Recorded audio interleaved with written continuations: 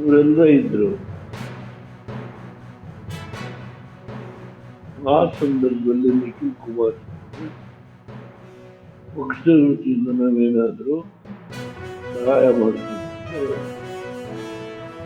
Amount declare ಮಾಡಲಿ.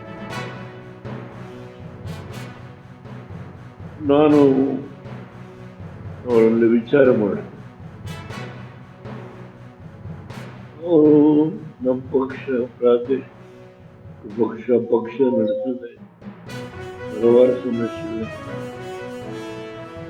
ನಮ್ಮ ಶಕ್ತಿ ಇದ್ದಷ್ಟು ನಾವು ಸಹಾಯ ಮಾಡೋಣ ಅನ್ನೋ ಒಂದು ಭಾವನೆ ಇದೆ. ಅದರ ಮೇಲೆ ನಾನು ಕುಮಾರಸ್ವಾಮಿ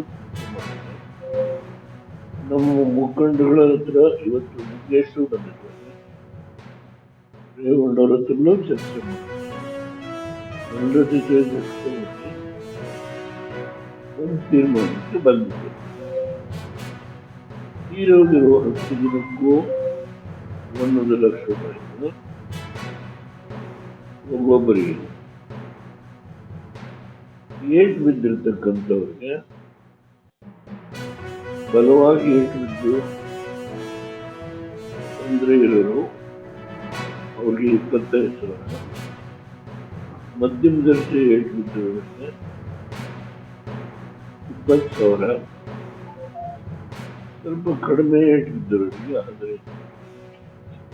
ಈ ರೀತಿ ತೀರ್ಮಾನ ಮಾಡಿ ನಾವು ನಿನ್ನೆ ಅಲ್ಲಿರ್ತಕ್ಕಂಥವ್ರನ್ನ ಪೇಮೆಂಟ್ ಮಾಡಿದ್ದು.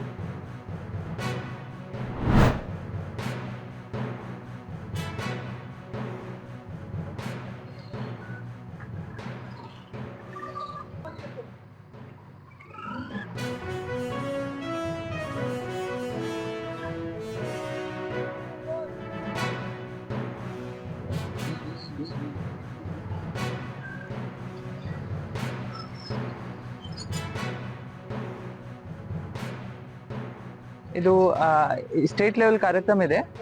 ತಮ್ಮೆಲ್ಲರಿಗೂ ಗೊತ್ತಿದ್ದಂಗೆ ನಾಳೆ ರಾಜ್ಯ ಮಟ್ಟದ ಎಲ್ಲ ಡಿಸ್ಟಿಕ್ಕಿಂದ ರಾಜ್ಯ ಮಟ್ಟದ ಒಂದು ಕಾರ್ಯಕ್ರಮ ಇದೆ. ಎಲ್ಲ ಡಿಸ್ಟಿಕ್ಕಿಂದ 10 ಬೈಕರ್ಸ್ಗಳು ಒಂದು ಅರಿವೆ ಕಾರ್ಯಕ್ರಮಕ್ಕಾಗಿ ಅಲ್ಲಿ ಬ್ಯಾಂಗ್ಳೂರ್ ರೀಚ್ ಆಗಬೇಕು. ಇವತ್ತು ನಮ್ಮ ಜಿಲ್ಲೆ ಕೊಪ್ಪಳ ಜಿಲ್ಲೆಯಿಂದ ಎಲ್ಲ ಬೈಕರ್ಸ್ಗಳು ಅವರ ಕ್ಯಾಪ್ಟನ್ ಜೊತೆಗೆ ಒಂದು ಕೊಪ್ಪಳ ಜಿಲ್ಲೆಗೆ ಪ್ರತಿನಿಧಿತ್ವ ಮಾಡಿ ಅಲ್ಲಿ ಹೋಗ್ತಾ ಇದ್ದಾವೆ.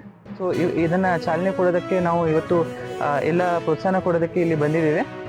ಮತ್ತು ಇದಕ್ಕೆ ಮುಖ್ಯ ಏನಿದೆ, ಈ ವರ್ಷ ಅಂತಾರಾಷ್ಟ್ರೀಯ ಪ್ರಭುತ್ವ ದಿನಾಚರಣೆಗಾಗಿ ಏನು ಎಜೆಂಡಾ ಇದೆ ಅದನ್ನು ನನ್ನ ಮತ ನನ್ನ ಹಕ್ಕ ಅದ ಅರಿವಿಗಾಗಿ ಇದನ್ನು ಬೈಕ್ ಒಂದು ಸುಮಾರು ಬೇರೆ ಬೇರೆ ಕಾರ್ಯಕ್ರಮ ಇದ್ದಾವೆ ಸ್ಟೇಟ್ ಮಟ್ಟದಲ್ಲಿ. ಇದು ಒಂದು ಕಾರ್ಯಕ್ರಮ ಇದೆ. ಅದರಲ್ಲಿ ನಾಳೆ ಬೆಂಗಳೂರಿನಲ್ಲಿ ನಡೆಯುವಂತಹ ಕಾರ್ಯಕ್ರಮದಲ್ಲಿ, ಮುಖ್ಯಮಂತ್ರಿಗಳ ಅಧ್ಯಕ್ಷತೆಯಲ್ಲಿ ನಡೆಯುವಂತಹ ಕಾರ್ಯಕ್ರಮದಲ್ಲಿ ಎಲ್ಲ ಜಿಲ್ಲೆಗಳಿಂದನೂ ಕೂಡ ಕನಿಷ್ಠ 10 ಜನ ಬೈಕರ್ಸ್ ಒಂದು ರ್ಯಾಲಿಯನ್ನು ಹಮ್ಮಿಕೊಳ್ಳುವ ಮೂಲಕ ಈ ಒಂದು ಜಾಗೃತಿ ಅಭಿಯಾನವನ್ನು ನಾವು ಕೈಗೊಳ್ತಾ ಇದ್ದೀವಿ.